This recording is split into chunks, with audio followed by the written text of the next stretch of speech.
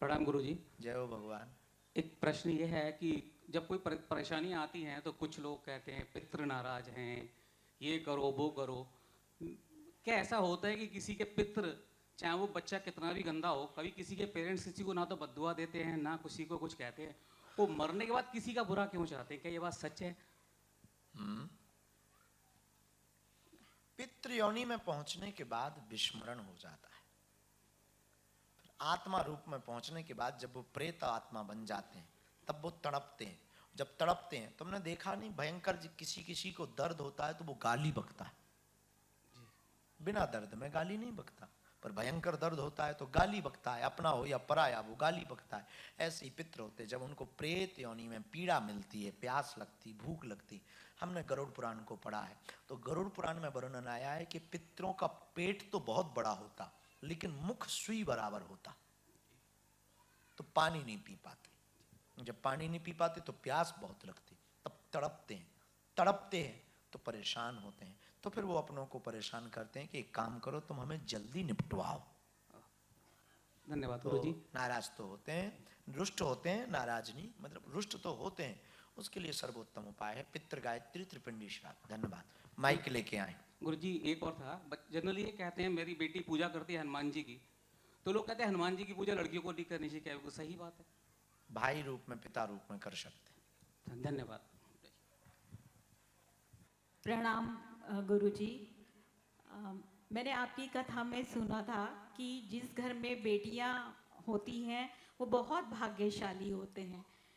तो मेरे को दो बेटियां हैं, पर जब हम अपने धाम जाएंगे तो क्या बेटियां वो कार्य कर सकती हैं जो पुत्र करते हैं? बेझिझक। ओ बहुत बहुत धन्यवाद।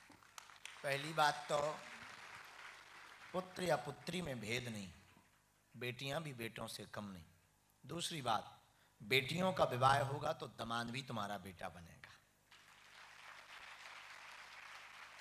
तो अंत्येष्टि क्रिया जो शायद आप पूछना चाह रही, अंत्येष्टि क्रिया, 13वीं श्राद्ध आदि पक्ष का निर्वाहन बेटी दामाद कर सकते हैं, यदि कोई नहीं है, कोई अपराध नहीं। और निश्चित रूप से बड़े दिल वाले होते हैं जिनके घर बेटियां होती हैं। एक बार दो लोग बैठे हुए थे, तो एक ने कहा कि हम पर तो भगवान की बड़ी कृपा है, बेटे ही बेटे हैं। दूसरे से उसने कहा तेरे घर पता नहीं क्या है, बेटियां ही बेटियां हैं। तब एक छोटी बच्ची खड़ी थी, उसने कहा अंकल अंकल, भिखारियों के घर बेटियां पैदा नहीं होती। हाँ गुरुजी, पर अगर जो शादी नहीं हुई पुत्री की और हम पहले ही निकल लिए तो पुत्री बेटी कर सकती है। ओ धन्यवाद। कन्फर्म है क्या?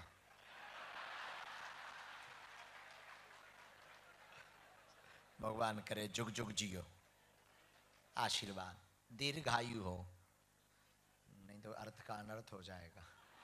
अभी कोई वीडियो कट करके चलाएगा, देखो बाबा क्या आशीर्वाद दे रहा है, आफत हो जाएगी, बड़ी मुसीबत है। लोग अर्थ समझते नहीं हो, कट करके वायरल कर देते। प्रणाम गुरु जी। जय हो भगवान। एक प्रश्न ये है कि जब कोई परेशानी आती है तो कुछ लोग कहते हैं पितृ नाराज हैं, ये करो वो करो। क्या ऐसा होता है कि किसी के पितृ, चाहे वो बच्चा कितना भी गंदा हो, कभी किसी के पेरेंट्स किसी को ना तो बद्दुआ देते हैं ना किसी को कुछ कहते हैं, वो मरने के बाद किसी का बुरा क्यों चाहते हैं? क्या ये बात सच है? पितृ योनि में पहुंचने के बाद विस्मरण हो जाता है। आत्मा रूप में पहुंचने के बाद जब वो प्रेत आत्मा बन जाते हैं तब वो तड़पते हैं। जब तड़पते हैं, तुमने देखा नहीं, भयंकर किसी किसी को दर्द होता है तो वो गाली बकता है। बिना दर्द में गाली नहीं बकता, पर भयंकर दर्द होता है तो गाली बकता है। अपना हो या पराया, वो गाली बकता है।